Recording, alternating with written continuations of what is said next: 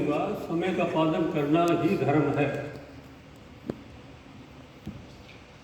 आप सभी मिलकर के गायत्री मंत्र का पाठ करेंगे और गायत्री मंत्र का पाठ कैसे होता है मैं आपको एक बार बोल के बताऊंगा, क्योंकि हम भूल कर देते हैं। जरा ध्यान से सुनेंगे, आपको बोलना नहीं है अभी। ओम, इसको लंबा करके बोलना है। ओम भूर्भुवः स्वः, पूर्ण विराम, हल्का सा रुको। तत्सवितुर्वरेण्यम, नियम नहीं बोलना, नियम नहीं बोलना है। वरेण्यम भर्गो देवस्य धीमहि, पूर्ण विराम, धियो यो नः। न बोलोगे तो न का नोट हो जाएगा। धी और नहीं तो नह, न के आगे तो बिंदु लगे हुए, इसको विसर्ग कहते हैं।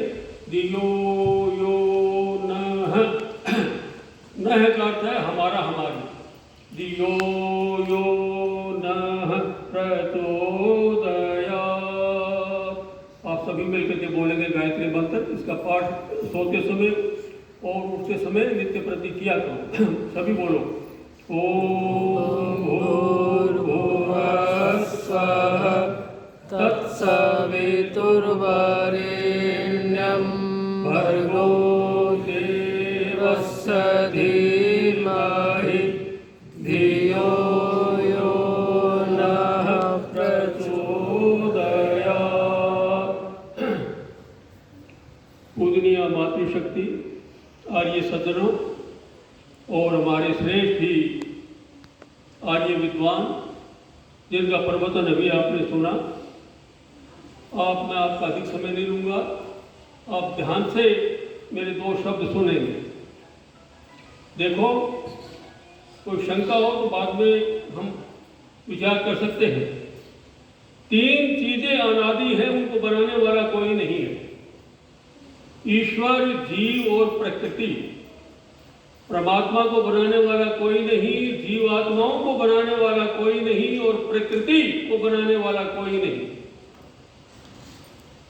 ये सदा से अनादि है और अनंत काल तक रहेंगे।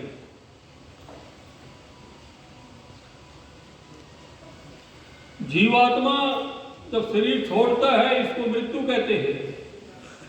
और एक शरीर छोड़कर जब दूसरे शरीर में ये जीवात्मा अपना स्थान बना लेता है तो उसको जन्म कहते हैं।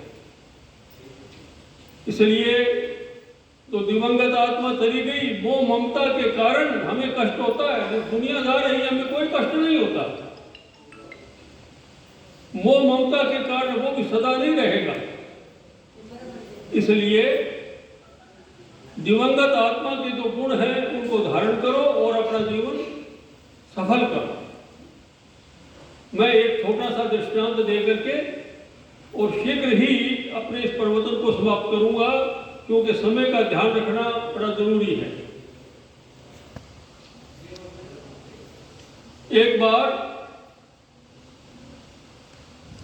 भगवान कृष्ण और अर्जुन ने भगवान कृष्ण को कहा कि मेरा बेटा अभिमन्यु चला गया, मैं अभिमन्यु के बिना जीवित नहीं रह सकता। तो ध्यान से सुनना, ये केवल अर्जुन की बात नहीं है, ये प्रत्येक पिता की बात है, प्रत्येक माँ की बात है जिनका बेटा चला जाए।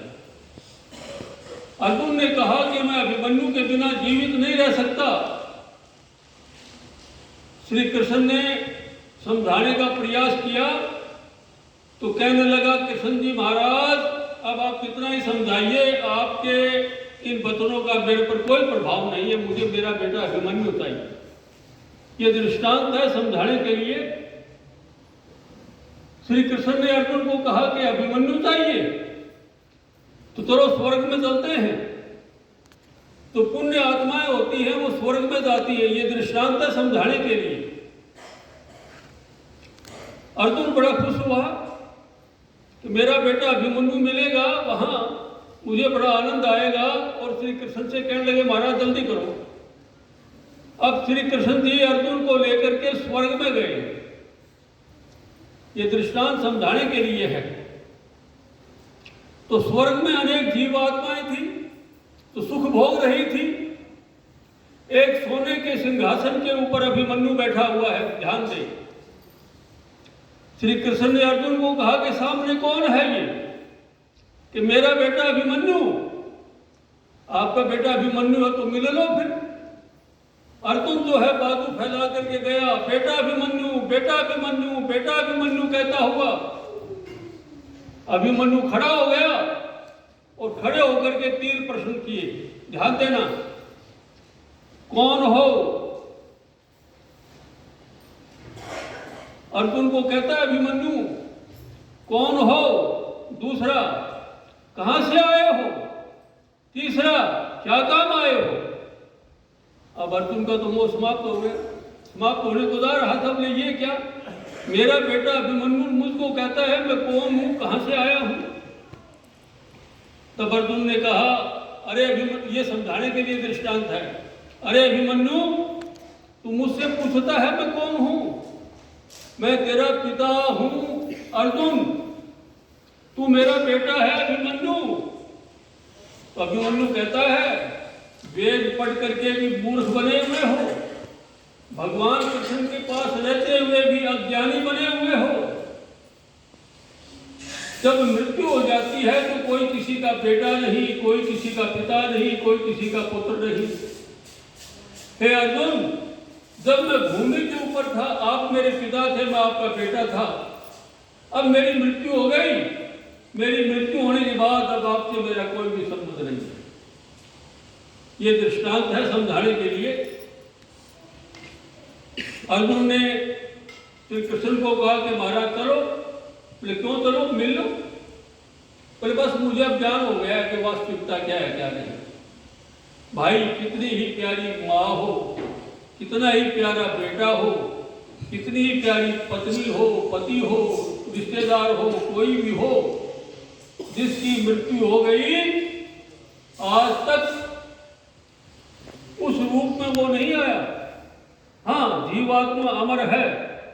एक शरीर छोड़ता है जीवात्मा और दूसरा शरीर धारण करता है, परंतु उस जीवात्मा को ये नहीं पता होता कि मैं पिछले जन्म में क्या था, चाहे उसी घर में क्यों ना आ जाए। इसलिए मैं, ये 3 बेटियां हैं, ये भी घर पर भी गई थी, मैं यही रहता हूँ, मैं गुरुकुल आर्यनगर में रहा हूँ लंबे समय तक, मेरा घर भी यही है। तो मैं इन बेटियों को कहूंगा कि तुम अपने पिता का रूप हो।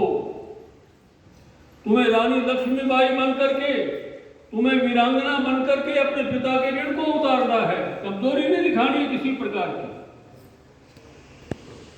तो मैं अधिक ने कहता हुआ इतना ही कहूंगा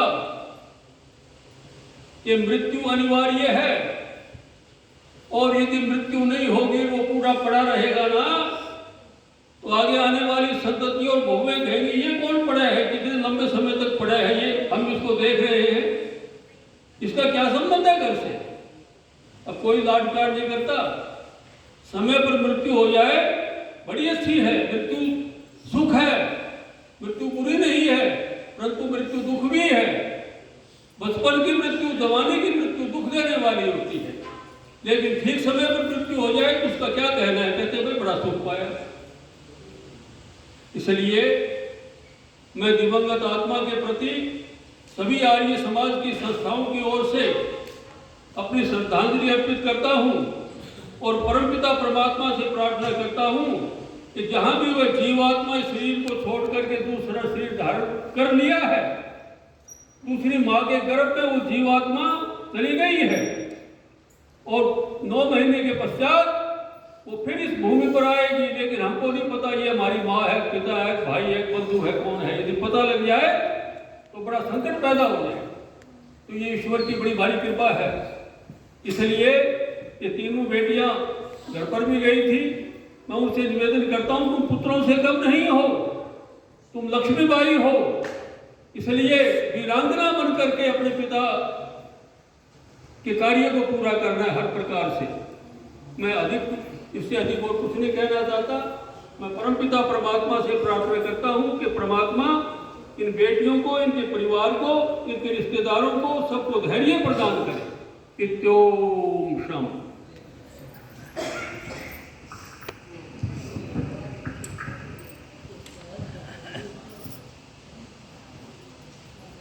एक सब सत्संग में आता हूँ